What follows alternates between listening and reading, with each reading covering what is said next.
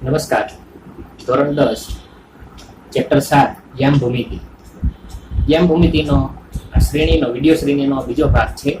બીજા ભાગમાં આપ સૌનું સ્વાગત છે. બીજા ભાગમાં આપણે હવે શરૂઆત કરશું સ્વાધ્યાય 7.1 દાખલા 2 થી. અહીંયા સ્વાધ્યાય 7.1 દાખલા 2 ની રકમ આપેલી છે. આપણે રકમ વાંચી જઈએ પછી જવાબ મેળવવા માટે શરૂઆત કરીએ. બિંદુઓ 0 0 અને 36 15 વચ્ચેનું અંતર શોધો. એટલે આપણે બે બિંદુઓ વચ્ચેનું અંતર શોધવાનું છે. એ તો આપણે દાખલા 1 ની અંદર કરેલું જ છે. તો એ જ રીતે અંતર શોધવાનું છે. પછી આગળ જોઈએ, તમે વિભાગ 7.2 માં ચર્ચા કરેલ તે બે શહેરો A અને B વચ્ચેનું અંતર શોધી શકો. વિભાગ 7.2 શું છે એની વાત આપણે પહેલા અંતર શોધી લઈએ, પછી કરશું.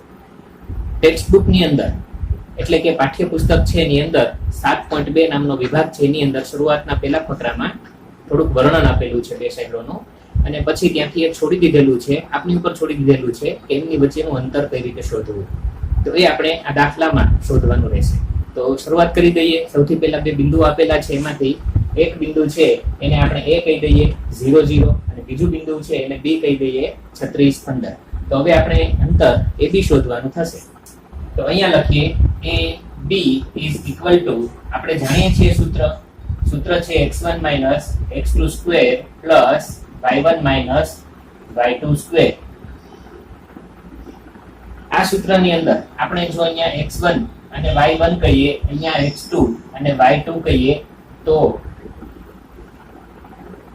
કૌંસમાં x1 એટલે 0 માઈનસ x2 એટલે 36 એનો વર્ગ પ્લસ બીજા કૌંસમાં y1 એટલે કે 0 માઈનસ y2 એટલે કે 15 એનો પણ સ્ક્વેર.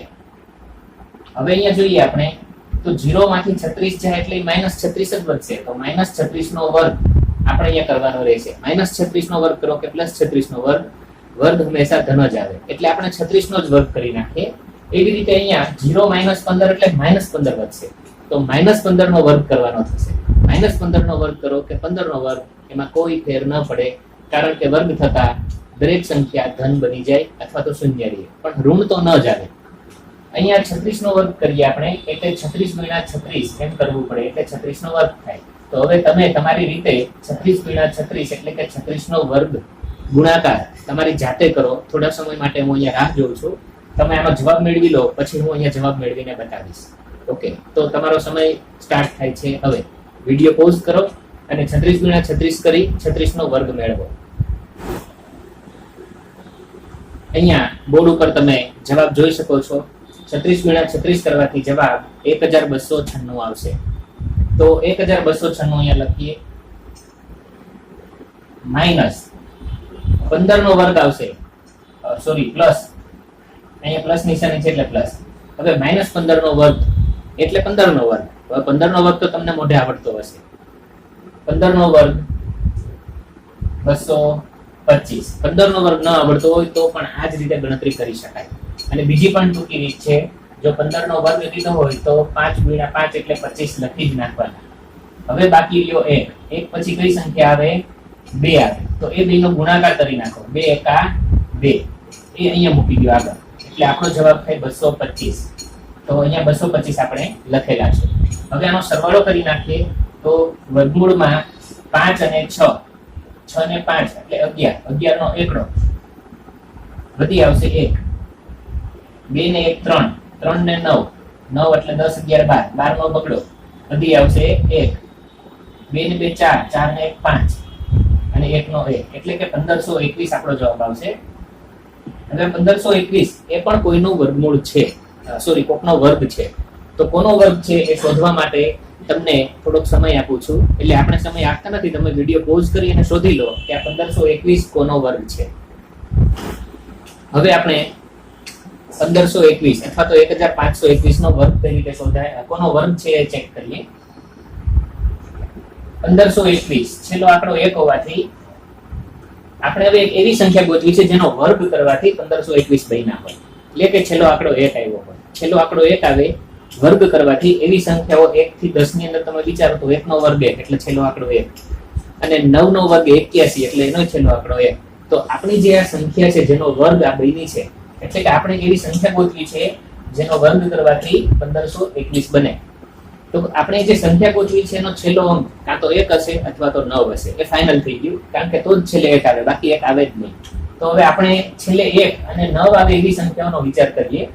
તો 1 અને 9 આવે એવી સંખ્યાઓ 1 અને 9 પોતે, એના પછી એટલે 0 થી શરૂ કરીએ. 1 9 પછી 11 19 પછી 21 29 પછી 31 39 પછી 41 49.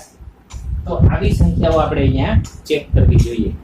હવે આપણે વધારે વિચારીએ તો 1500, એટલે આપણે જો 30 નો વિચાર કરીએ, 30 નો વર્ગ કેટલો થાય? 30 નો વર્ગ 3 તેરી 9 એટલે 900 થાય. તો 900 કરતા મોટી સંખ્યા છે. તો 40 નો વર્ગ કરીએ, 40 નો વર્ગ કરીએ તો ચોકે ચોકે 16 એટલે 1600. 40 નો વર્ગ કેટલો થાય? 1600. તો 1600 ની આસપાસની આ સંખ્યા છે, એટલે આપણે 40 ની આસપાસની સંખ્યાઓ લેવી જોઈએ. એટલે આપણે આ સંખ્યાઓ લેવી જોઈએ આમાંથી. તો પેલા 31 નો વર્ગ કરીને ચેક કરી લ્યો, જો જવાબ આવે છે કે નહીં. જુઓ, 39 નો વર્ગ કરી ચેક કરો, આ જવાબ આવે છે કે નહીં. પણ મને અહીંયા ખબર છે 39 નો વર્ગ કરવાથી આ જવાબ આવી જશે. તો આપણે કઈ રીતે વર્ગમૂળ શોધી શકીએ એની આ એક રીત બતાવેલી છે, પણ આ થોડીક લાંબી રીત છે અને આ રીત સિવાય બીજી કોઈ રીત અનુકૂળ આવે એમ નથી. બીજી શોર્ટકટ મેથડ્સ હોઈ શકે છે, પણ એ તમારા લેવલ પ્રમાણે અત્યારે રૂબરૂમાં આપણે જ્યારે મળશું ત્યારે એના વિશે વાત કરશું. તો અત્યારે આપણે આ રીતે દાખલા ગણશું. તો અહીંયા આપણે આનો વર્ગ છે એ 39 વર્ગમૂળ કાઢશું એટલે 39 આવશે. એટલે અહીંયા આપણે જવાબ યાદ રાખીએ 39. તો અહીંયા આપણને જે બે શહેરો વચ્ચેનું અંતર કીધું હતું, જે બે બિંદુઓ વચ્ચેનું અંતર કીધું હતું, 7.2 માં શહેરો છે. અહીંયા જે બે બિંદુઓ વચ્ચેનું અંતર કીધું હતું એ અંતર મળે છે 39. તો અહીંયા આપણો જે દાખલાનો પહેલો ભાગ છે એ પૂરો થાય છે. હવે આપણે શરૂ કરીએ દાખલાનો બીજો ભાગ, જેમાં એવું કીધું છે કે બે શહેર છે A અને B. હવે દાખલાનો આગળનો ભાગ જોઈએ. અહીંયા કીધું છે એમ કે વિભાગ 7.2 માં ચર્ચા કરેલ મુજબ શહેર A અને B વચ્ચેનું અંતર શોધી શકો. હવે તમે શોધી શકશો. શું ચર્ચા કરેલ છે એની આપણે વાત કરીએ. એમાં એમ કીધું છે કે શહેર A અને B એમની વચ્ચે સંબંધ આપેલો છે કે કઈ રીતે એમનું અંતર છે. શહેર A થી આપણે જો માપીએ તો પૂર્વ દિશામાં જો જઈએ તો B શહેરનું અંતર 36 કિલોમીટર થશે અને ઉત્તર દિશામાં 15 કિલોમીટર થશે. તો આપણે દિશા લેવી પડશે. અહીંયા પહેલા પૂર્વ દિશા લઈએ, આને આપણે કહીએ પૂર્વ દિશા, તો ઉપરની તરફ થશે ઉત્તર દિશા, બરાબર. તો નીચે થશે દક્ષિણ અને આ બાજુ થશે પશ્ચિમ. હવે શું કે છે અહીંયા કે B શહેર કઈ રીતે આવેલું છે, તો કે પૂર્વ બાજુ તમે ગણો અંતર તો 36 થશે, 36 કિલોમીટર. એટલે કે અહીંયા માની લો 36 છે અને ઉત્તર તરફ જશો તો 15 છે. માની લો કે અહીંયા 15 છે, એટલે આખું કિલોમીટર અંતર છે 15 કિલોમીટર છે. તો આપણું શહેર B ક્યાં હશે? પહેલા તો આપણે હવે આને આલેખની રીતે સમજવાનો પ્રયત્ન કરીએ. તો જો આપણે A આગળ ઉગમ બિંદુ લઈ લઈએ, એટલે કે A ના યામ જો આપણે 0 0 કહી દઈએ તો આ x અક્ષ થશે અને ઉપર છે y અક્ષ થશે. અને હવે આપણે જે બિંદુ શોધવું છે, એટલે કે આપણે જે બિંદુ બીજું શહેર B આપેલું છે, B શહેરના યામ શોધવા પડશે. પણ પહેલા એ નક્કી કરવું પડે કે B શહેર છે ક્યાં. તો આપણે આ 36 વાળી લાઈનને આમ ઉપર લંબાવવાની અને 15 વાળી લાઈનને આમ આડી લંબાવવાની. એ બંને જ્યાં છે તે છે ત્યાં છે આપણું શહેર B.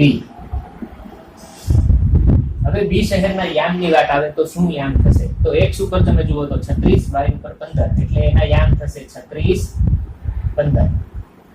એટલે હવે એમ કહી શકીએ કે શહેર A થી જો 36 કિલોમીટર પૂર્વ બાજુ જઈએ ત્યારે અને શહેર A થી જો 15 કિલોમીટર ઉત્તર બાજુ જઈએ ત્યારે શહેર B આવે છે. હવે આ શહેર B નું અંતર શોધવું છે, A થી B નું અંતર. તો A થી B નું સીધું અંતર શોધવા માટેનું સૂત્ર AB બરાબર વર્ગમૂળમાં x1 - x2² + y1 - y2². હવે અહીંયા તમે જુઓ તો જે તમને રકમમાં આપ્યા હતા એ જ બે બિંદુ મળ્યા, 0 0 અને 36 15. એટલાનો કહેવાનો અર્થ એમ છે કે તમને આગળ રકમમાં જે આપ્યા છે એનો અંતર તમે ઓલરેડી શોધી લીધું છે. તો હવે તમે એમ કહી શકો છો કે A અને B બિંદુઓ વચ્ચેનું અંતર કેટલું હશે.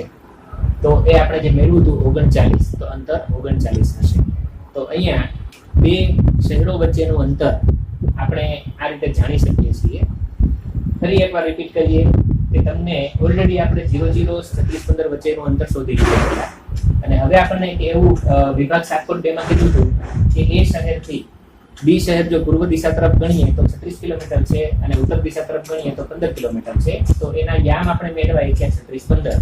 તો એને આપણે ઉગમ બિંદુ જો ધારી લઈએ તો 0 0 અને બીજું બિંદુ છે એના યામ થાય 36 15.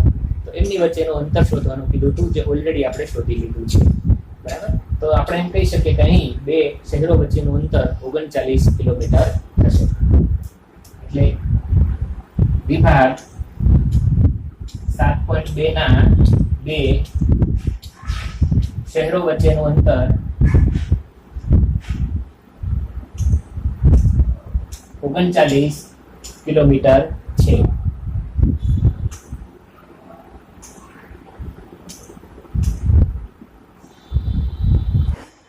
સ્વાધ્યાય 7.1 દાખલો ત્રીજો. બિંદુઓ 1 5 2 3 -2 -11 સમરેખ છે કે નહીં તે નક્કી કરો. એના માટે આપણે ત્રણેય બિંદુઓને નામ આપી દઈએ A, B અને C. ધારો કે A, B અને C આ ત્રણ યામ આપેલા છે એ પ્રકારના બિંદુઓ છે. હવે આપણે ત્રણ અંતર શોધશું. હવે અંતર શા માટે શોધીએ? સમરેખ છે કે નહીં એ કઈ રીતે નક્કી થાય એની વાત આપણે આગળ કરી દીધી છે તમને, છતાં પણ એકવાર કરી લઈએ કે જો માની લો આપણે ત્યારે જે વાત કરી છે એ રિપીટ કરીએ કે P અને Q બે બિંદુ આપેલા છે. ત્રીજું બિંદુ R આપણે ક્યાં ક્યાં મૂકી શકીએ? તો કે રેખાની બહાર મૂકી શકીએ R, અને રેખા ઉપર મૂકવું હોય તો ત્યાં પણ મૂકી શકાય R.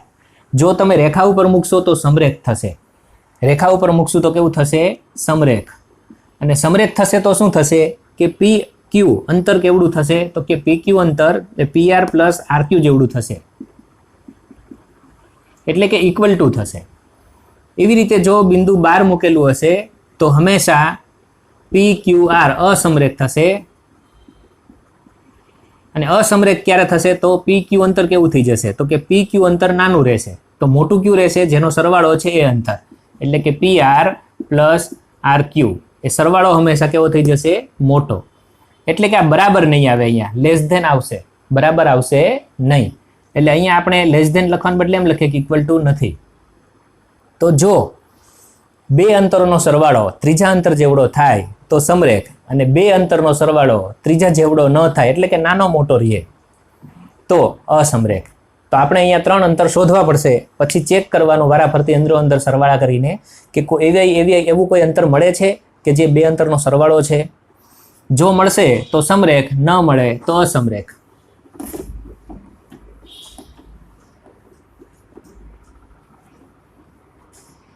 ચાલો તો હવે એ દિશામાં આપણે આગળ વાત કરીએ થોડીક.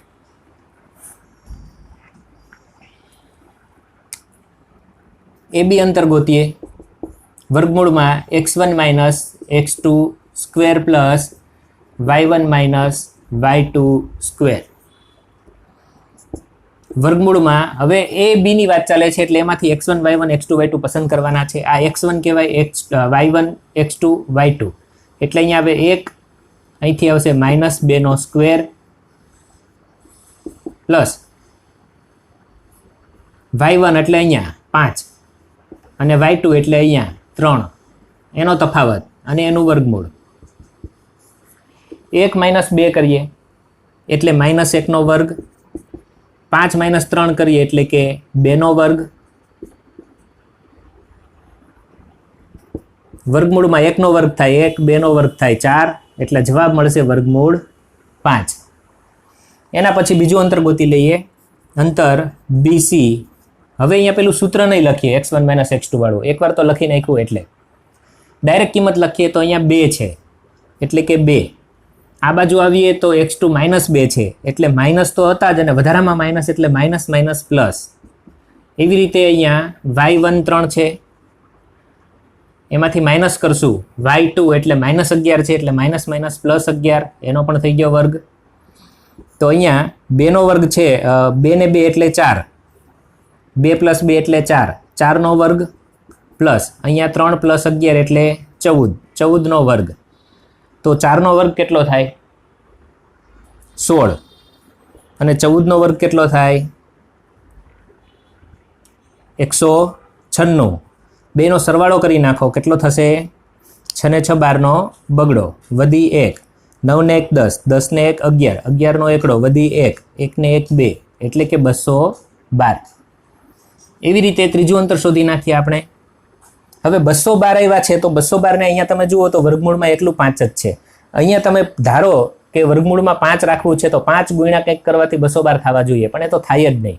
કારણ કે કોઈ પણ સંખ્યાને ગુણ્યા 5 કરો ને એટલે છેલ્લો અંક કાં તો 0 થાય અથવા તો 5 થાય, પણ અહીંયા તો 2 આપ્યા છે એટલે અહીંયા તમે ગુણ્યા 5 એવું લખવું હોય તો કંઈ લખી શકો જ નહીં. એવી રીતે જુઓ, આપણે AC અંતર લઈએ અથવા CA અંતર, AC અંતર લઈએ તો વર્ગમૂળમાં AC લીધું છે તો A એટલે x1 y1 અને C એટલે x2 y2. તો એ પ્રમાણે અહીંયા આવશે x1 એટલે અહીંયા 1, એનો 1. એવી રીતે C માંથી એક લેવો પડશે પહેલો, આમ -2 છે એટલે માઇનસ માઇનસ +2 થઈ જશે, એનો વર્ગ. એવી રીતે અહીંયા 5 છે y1 અને y2 અહીંથી -11 એટલે માઇનસ માઇનસ +11 થઈ જાય, એનો પણ વર્ગ. એટલે વર્ગમૂળમાં 2 ને 1 3 નો વર્ગ પ્લસ 11 ને 5 એટલે કે 16 નો વર્ગ. 256. 256 માં 9 ઉમેરો, 9 ને 6 15 નો પાંચડો વધી 1, 5 ને 1 6 ને 2 એટલે કે 265. આ મળી ત્રીજી સંખ્યા. હવે આને તમે કંઈક લખવા ધારો 5ના ગુણાંકમાં તો શું લખી શકાય? વિચારો જોઈએ જરાક. વર્ગમૂળમાં 5ના ગુણાંકમાં લખવા ધારીએ તો 5 5 25, 26 નો છગડો એટલે 1, 15 થયા 5 તેરી 15 એટલે 53 ગુણ્યા આવે. 53 નું વર્ગમૂળ ન નીકળે, 5 નું વર્ગમૂળ ના નીકળે એટલે આ સંખ્યા આમનામ જ રહેશે. અહીંયા જો તમે ધાર્યું હોત 212 માં કંઈક કરીએ તો 212 માં શું કરી શક્યા હોત એ જરાક જોઈએ. તો 212 ને તમે જો કોઈના ગુણાંકમાં લખવા ધારો તો 212 ને તમે વધીને 4ના ગુણાંકમાં લખી શકો. 4 પંચા 20, 4 તેરી 12 એટલે કે 53. અહીંયા વર્ગમૂળમાં 4 છે એટલે એ 12 નીકળી જશે એટલે થશે અહીંયા છેલ્લો જવાબ 2 વર્ગમૂળમાં 53. 2 વર્ગમૂળમાં 53, પણ અહીંયા કંઈ 12 નીકળતું નથી. હવે અહીંયા આપણે સરવાળાની વાત છે તો સરવાળો ક્યારે કરી શકાય એની આપણે વાત કરીએ. જ્યારે આવી સંખ્યાઓ આવે એને અસમય સંખ્યાઓ કહેવાય. તો આ અસમય સંખ્યાઓનો સરવાળો ક્યારે કરી શકાય? જ્યારે એમાં વર્ગમૂળમાં રહેલી સંખ્યા સરખી હોય તો. અહીંયા વર્ગમૂળમાં 5 છે, અહીંયા વર્ગમૂળમાં 53 છે અને અહીંયા વર્ગમૂળમાં 5 53 બે છે. 5 53 બે ન ચાલે, કાં 5 જ હોવા જોઈએ કાં 53 જ હોવા જોઈએ. અહીંયા વર્ગમૂળમાં 2 છે એટલે ચાલે નહીં. એટલે બધી જગ્યાએ કાં તો 5 5 જ દેખાવા જોઈએ કાં બધી જગ્યાએ વર્ગમૂળમાં ખાલી 53 53 દેખાવા જોઈએ.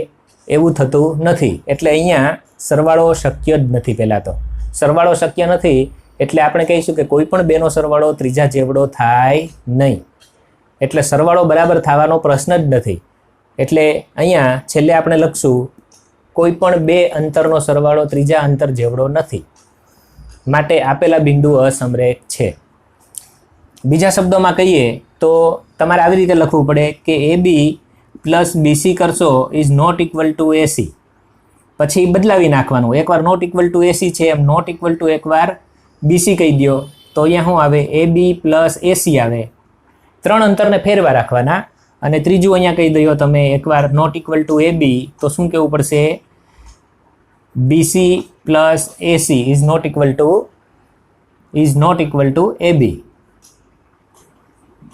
આ નોટ ઇક્વલ ટુ છે. આમ કોઈ પણ બે અંતર ત્રીજા અંતર જેવડું નથી અને માટે અહીંયા આપણે લખી નાખીએ છેલ્લો જવાબ કે આપેલા બિંદુઓ અસમરેખ છે. માટે આપેલા બિંદુઓ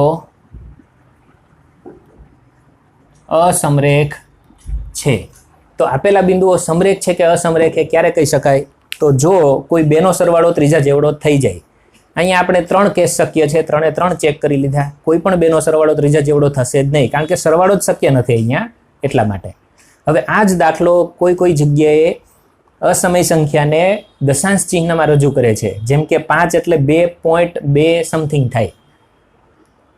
તો એવી રીતે આપણી સંખ્યાઓને રજૂ કરે છે અને પછી એનો જવાબ એ આશરે કિંમત ગોતવામાં આવે છે. પણ હું માનું છું કે આશરે કિંમત ગોતવાથી અહીંયા કોઈ ફાયદો નથી. આશરે કિંમત ગોતીને સરવાળો એ આશરે મળશે તોય તમે એક્ઝેક્ટ તો નહીં જ કહી શકો.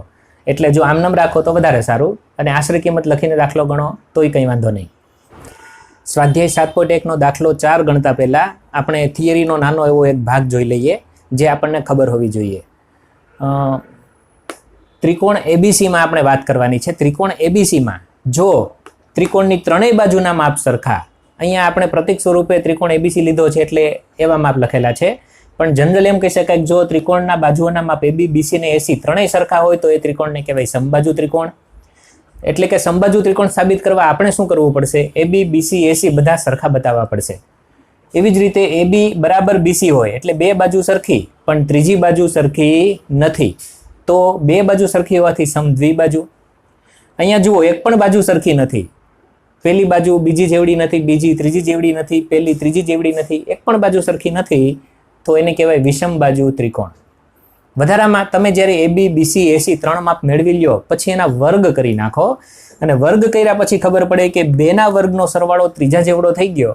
માની લઈએ આપણે કે AB square plus BC square એ એસી સ્ક્વેર જેવડા થઈ ગયા, તો આપણો ત્રિકોણનો પ્રકાર થશે કાટકોણ ત્રિકોણ. વધારામાં આપણને ખબર પડશે કે અહીંયા રિપીટ કોણ થાય છે સરવાળા માટે? બી રિપીટ થયો, એટલે ખૂણો બી છે એ 90 અંશનો હોય.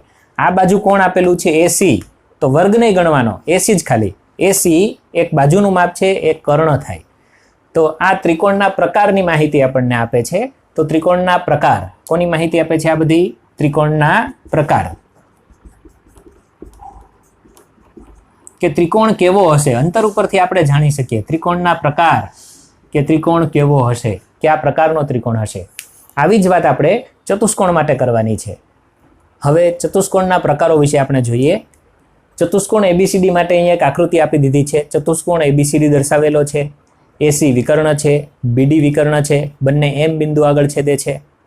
પણ વિકર્ણ નાના મોટા હોઈ શકે છે, એ તો ચતુષ્કોણના પ્રકાર ઉપર આધાર રાખે છે. હવે અહીંયા જોઈએ કે અંતરના આધારે આપણે કઈ રીતે કહી શકીએ કે આપણો ચતુષ્કોણ કયા પ્રકારનો છે. સમાંતર બાજુ ચતુષ્કોણ હોવા માટે શું જોઈએ? તો એમાં પહેલી શરત છે કે એસીનું મધ્યબિંદુ બરાબર બીડીનું મધ્યબિંદુ. એટલે તમારે મધ્યબિંદુ શોધવું પડશે. કોનું? વિકર્ણ એસીનું અને વિકર્ણ બીડીનું. એટલે કે વિકર્ણોના મધ્યબિંદુ જો એકનું એક જ જવાબ મળે, આનું મધ્યબિંદુ ગોતતા જે જવાબ મળ્યો હોય એ જ આનું મધ્યબિંદુ શોધવાથી જવાબ મળે, એટલે કે સરખો જવાબ મળે, એટલે ઇક્વલ ટુ. જો બેયના મધ્યબિંદુ એકનું એક જ નીકળે તો આપણો ચતુષ્કોણ સમાંતર બાજુ ચતુષ્કોણ જ હશે. માની લો કે એવી રીતે શક્ય નથી, ઘણીવાર યામ એવી રીતે આપ્યા છે કે મધ્ય તમને વિકર્ણ શોધવા શક્ય નથી લાગતા, તો તમે આવું પણ કરી શકો કે એબી એની સામેની બાજુ સીડી, તો એબી અને સીડી એટલે કે સામ સામેની બાજુની એક જોડ. એવી રીતે બીસી અને એડી, બીસી અને એડી એમ સામ સામેની બાજુની બીજી જોડ. જો આ બે વસ્તુ શક્ય બને, કઈ કઈ બે વસ્તુ? એબી બરાબર સીડી અને બીજું બીસી બરાબર એડી. જો તમે ખાલી આટલું બતાવી દો તો પણ કહેવાય કે આપણો ચતુષ્કોણ સમાંતર બાજુ છે. તો આ યાદ રાખવાનું છે કે સમાંતર બાજુ ચતુષ્કોણ બતાવવા માટે બે રીત છે, એમાંથી કોઈ પણ એક વાપરી શકાય. એવી રીતે આગળ વધીએ, સમબાજુ ચતુષ્કોણ બતાવવો હોય તો બધી બાજુ સરખી બતાવવી પડે, એટલે કે એબી બરાબર બીસી બરાબર સીડી બરાબર ડીએ. એના કરતાં આગળ જોઈએ, લંબચોરસ બતાવવો હોય તો શું કરવું પડે? તો કે લંબચોરસ હોય એ હંમેશા સમાંતર બાજુ ચતુષ્કોણ હોય જ, પણ એના વિકર્ણ સમાન હોય. એટલે સમાંતર બાજુ ચતુષ્કોણ હોય જ એટલે તમારે આ બે વસ્તુ બતાવવી પડશે. શું શું બતાવવું પડશે? તો કે એબી બરાબર સીડી, બીસી બરાબર એડી, એટલે કે સામ સામેની બાજુ સરખી બતાવવી પડશે. અને વિકર્ણો એટલે કે એસી માપ ગોતવું પડશે, અંતર.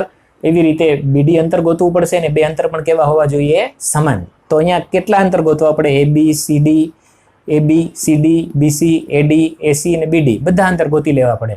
1, 2, 3, 4, 5, 6 બધા અંતર ગોતવા પડશે. એબી બરાબર સીડી, બીસી બરાબર એડી અને એસી બરાબર બીડી. આ વસ્તુ જો થાય, આ ત્રણે ત્રણ શક્ય બને, તો આપણો ચતુષ્કોણ લંબચોરસ છે. ચોરસ બતાવવા માટે શું કરવું પડે? તો ચોરસ આપણે જાણીએ છીએ કે ચારે બાજુ સરખી હોય, અને એના વિકર્ણો દોરીએ તો વિકર્ણ પણ સરખા થાય. એટલે એબી બરાબર બીસી બરાબર સીડી બરાબર ડીએ અને વિકર્ણો સમાન. વિકર્ણો એટલે એસી બરાબર શું થાય? બીડી. તો આપણે આ બધી વસ્તુઓ ચેક કરવી પડે. જો આટલું શક્ય બને તો ચોરસ છે, આ શક્ય બને તો લંબચોરસ છે, આ શક્ય હોય તો સમબાજુ છે, અને આ શક્ય હોય તો સમાંતર બાજુ ચતુષ્કોણ છે. તો આ થયા સમાંતર બાજુ ચતુષ્કોણ. કોઈ પણ ચતુષ્કોણના પ્રકાર છે, સમાંતર બાજુ ચતુષ્કોણ છે કે કયા પ્રકારનો છે નક્કી કરવા માટેની અંતરની આ રીત, ફોર્મ્યુલા. તો તો આ રીતે અંતર દ્વારા તમે નક્કી કરી શકશો કે ચતુષ્કોણ કયા પ્રકારનો છે. સ્વાધ્યાય 7.1 દાખલો 4 જોઈએ. ચકાસો 5 - 2 6 4 7 - 2 એ સમદ્વિબાજુ ત્રિકોણના શિરોબિંદુઓ છે. તો ત્રિકોણ સમદ્વિબાજુ ક્યારે કહેવાય? કે જ્યારે એની બે બાજુઓ છે એનું માપ સરખું હોય. બે બાજુના માપ સરખા હોય પણ ત્રીજી બાજુનું માપ સરખું હોય નહીં. તો અહીંયા આપણે અંતર શોધવું પડશે, AB, BC, AC, અને એના આધારે આપણે અહીંયા કહેવું પડશે કે બે બાજુના માપ સરખા છે, ત્રીજી બાજુનું માપ સરખું નથી. તો અંતર શોધવું ફરજિયાત છે, એટલે અંતર શોધીએ. એની પહેલાં કહી દઈએ, ધારો કે એક ત્રિકોણ લઈ લઈએ ABC, અને ABCમાં આપણે A બિંદુ એટલે 5 - 2 કહી દઈએ, B બિંદુ 6 4 કહીએ, અને C બિંદુ 7 - 2 છે એમ કહી દઈએ. હવે આગળ વધીએ તો આપણે AB અંતર ગોતશું. પહેલાં AB અંતર એટલે વર્ગમૂળમાં 5 - 6 નો વર્ગ પ્લસ -2 - 4 નો વર્ગ, એટલે કે વર્ગમૂળમાં 5 - 6 એટલે -1 થાય, અને -4 - 2 એટલે -6 થશે, -2 - 4 -6 નો વર્ગ. હવે 1 નો વર્ગ એટલે 1 થશે, અને 6 નો વર્ગ 36 થાય, એટલે કુલ મળ્યા વર્ગમૂળમાં 37. 37 નું વર્ગમૂળ નીકળે નહીં. એવી રીતે BC શોધી લઈએ. તો BC માટે વર્ગમૂળમાં BC એટલે કે 6 - 7 નો વર્ગ પ્લસ 4 - +2 નો વર્ગ. અહીંયા 6 છે, અહીંયા 7 છે, એટલે 6 - 7. અહીંયા 4 છે, અહીંયા -2 છે, એટલે પ્લસ થઈ જશે, એટલે કે 4 + 2 નો વર્ગ. હવે અહીંયા ડાયરેક્ટ ગણીએ, 6 - 7 એટલે -1, -1 નો વર્ગ પણ કરી નાખીએ એટલે થાય 1. એવી રીતે 4 + 2 એટલે થાય 6, અને 6 નો વર્ગ થાય 36, એટલે અહીંયા થશે વર્ગમૂળમાં 37. તો બે બાજુ તો સરખી મળી ગઈ, ત્રીજી સરખી મળશે ને તો સમદ્વિબાજુ ન કહેવાય, તો સમબાજુ બની જાય. તો ત્રીજી સરખી ન મળવી જોઈએ. AC અંતર ગોતી લઈએ. A એટલે કે 5 માઇનસ C માંથી લઈએ એટલે કે 7 એનો વર્ગ પ્લસ -2 માઇનસ અહીંથી -2 છે એટલે માઇનસ ત્યાં થઈ ગયું +2. હવે અહીંયા 5 - 7, 5 માંથી 7 જાય એટલે 2 વધશે, -2, અને -2 નો વર્ગ થઈ જશે 4, પ્લસ અહીં 2 - 2 એટલે 0, 0 નો પણ વર્ગ કરી નાખીએ એટલે 0, એટલે કે અહીંયા વર્ગમૂળમાં 4, અને વર્ગમૂળમાં 4 એટલે કે 2. તો આમ તમે અહીંયા જોઈ શકો કે બે બાજુઓના માપ સરખા નીકળ્યા, ત્રીજી બાજુનું માપ સરખું નથી. એટલે કે આમ ત્રિકોણ ABCમાં શું બન્યું? AB માપ જે છે એવડું BC થાય છે, પણ એવડું AC થતું નથી. એટલે કે બેના માપ સરખા છે, ત્રીજીનું માપ સરખું નથી. માટે આપણે જે જવાબ પૂછ્યો છે એ રીતે લખશું. માટે આપેલા બિંદુઓ સમદ્વિબાજુ ત્રિકોણના શિરોબિંદુઓ છે. માટે આપેલા બિંદુઓ સમદ્વિબાજુ ત્રિકોણના શિરોબિંદુઓ છે.